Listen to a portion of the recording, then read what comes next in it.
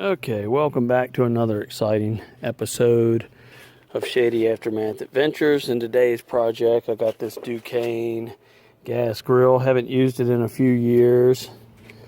It's pretty rough shape. It was a really nice grill for a lot of years. I ordered some new burners as it didn't work well. I took it apart the other day and you could see they'd burned in half there. So, off of Amazon for about 40 bucks. I got some the grease dripping, catches the grease to keep it off the burners. 3 new burners for, like I say, about 40 bucks.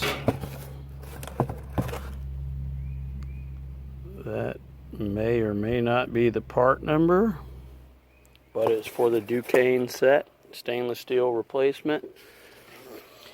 Looks pretty simple. I've already removed some of the screws. You got 4 Phillips head screws, 2 on each side. I left 1 in it. This one was a little bit hard to get to. I had to take a pair of vice grips to get it started. The screwdriver just was starting to strip it out. But it looks like if you pull this front off, you can get access to pull those tubes right out. I'm going to clean this all up while I'm replacing it. You can pull that back far enough, and then these just slip off the end. You don't need any tools or anything. And there you go. You just pop them right out. That one's actually in the best shape. These other ones just come right on out. So give me a few. I'm going to clean this all up, get the new ones in. I'll show you that process. And installation is just the reverse of removal. It's a little fitting in there. You slide that up over and kind of get that to sit right on there. And when you push that back together, that should hold it all in place when you put the screws in. And I'm going to power wash this up after I get it all back together. I haven't used it in some time. So you get them all in place here, and then once you screw it back in place, it'll hold on there. It's just a slip fitting. It's no screws or anything that hold them on the end.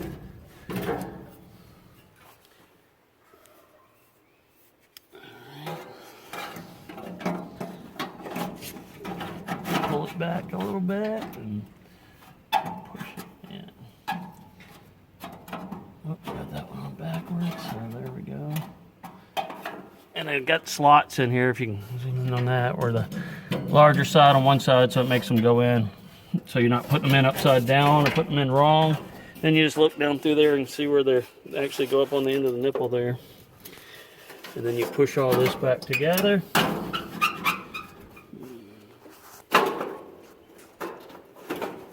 If you'll hold that right there, I'll get the screws, kind of pinch it together. Screws back in place.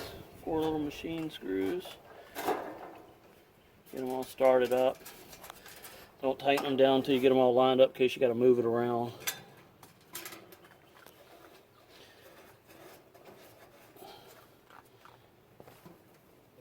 Just to hold it from popping back out. Tighten them up a little bit, snug them up.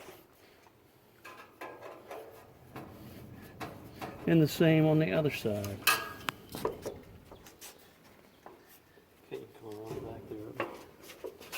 Same thing, you got these here.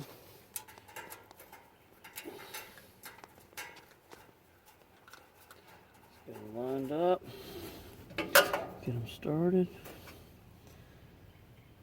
Little lock washers in there. Once you got them all lined up and started, then you can tighten one down. Don't need to crank them down over tight, just snug them up.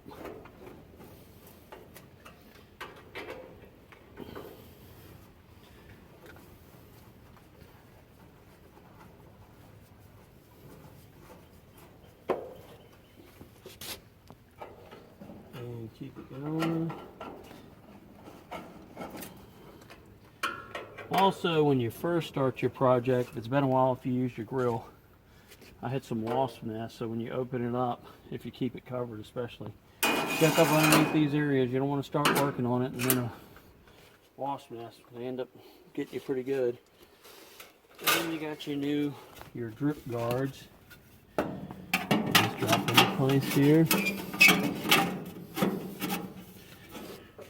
You got 3 new drip guards and 3 new burners. And it's as easy as that. It's really fast. You don't need any other tools other than a Phillips screwdriver, a number 2 Phillips. And maybe a pair of vice grips, as I had this screw was really tight and I couldn't get it with the screwdriver, so I had to turn it up with that. But before I put my grill grates back on and complete the project, I'm going to clean it all up real good. I'm going to get my power washer out and power wash it all up and hope to cook something on it tonight. Thanks for watching Shady Aftermath 2021.